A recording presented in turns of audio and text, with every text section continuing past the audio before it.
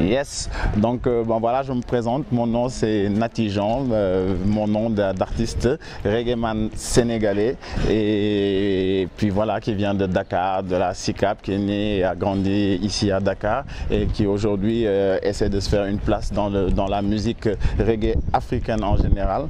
Je suis là pour promouvoir mon premier album qui s'appelle Santa Yalla, qui est sorti en France, en Belgique et puis voilà, je suis là pour rencontrer le public sénégalais et faire ma petite place au sein de la musique sénégalaise. Parce qu'en 2007, je suis allé m'installer à Bamako et c'est là que j'ai rencontré Monjoul, qui est un producteur multi-instrumentiste français qui a son studio et son label qui s'appelle Bako Record, qui est à Bamako. Et donc voilà, c'est là que j'ai eu l'opportunité d'enregistrer cet album, Santa Yalla.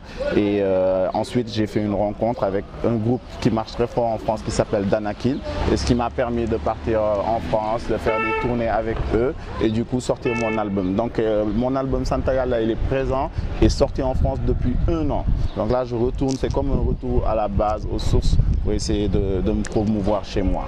Donc voilà, donc ces 2 années ont été des années d'expérience, beaucoup de concerts dans les plus grosses scènes de reggae mondial, même je dirais, en France, en Europe, au Canada, à La Réunion, on a un peu beaucoup voyagé. Donc du coup, aujourd'hui j'ai envie de partager tout ça avec le Sénégal. Je reviens pour sortir l'album ici. C'est un album qui est sorti d'abord en France avant de sortir au Sénégal.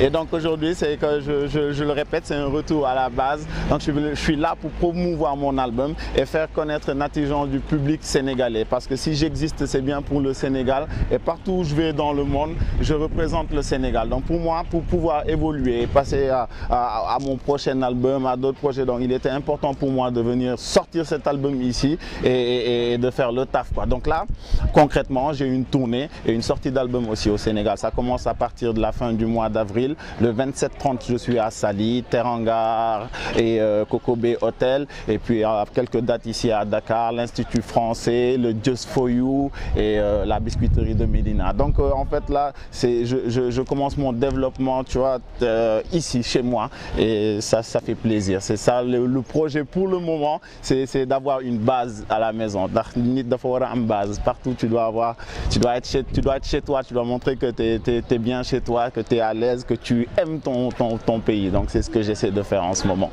C'est du reggae musique, tu vois, on n'est pas là pour faire plaisir aux gens, que plaisir, tu vois, on est là pour partager la vibe, dire les choses avec beaucoup de vérité, d'authenticité, et c'est ce que j'essaie de faire.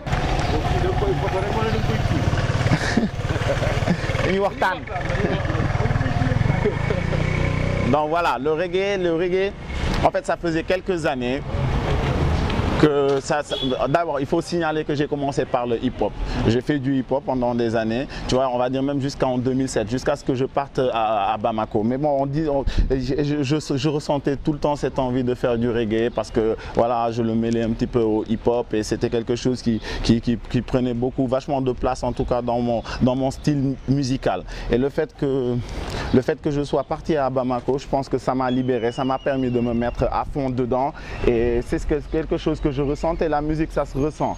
Donc aujourd'hui, je dirais que j'ai fait du reggae pour ce que ça représente comme engagement, parce que je pense que c'est le message qui est important aussi dans tout. Il y a le message, il y a ce truc qui fait que le reggae a une certaine maturité, que tu ne peux pas faire n'importe quoi, parce qu'aujourd'hui, nous, ce qui nous inquiète, c'est l'avenir. Nous, on est là pour donner de l'espoir. Donc, en tout cas, c'est des souhaits que je lance à la culture. Je pense que ça sert pas à grand chose de le dire. L'Afrique est super riche en culture, donc l'important c'est de préserver cette culture-là et de la diriger pour des œuvres concrètes, essayer de montrer au monde la beauté de la culture africaine.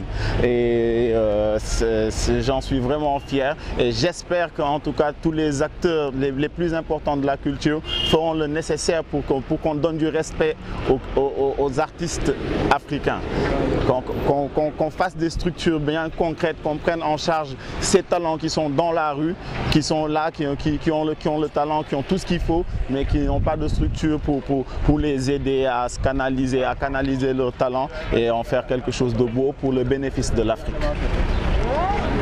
Yes.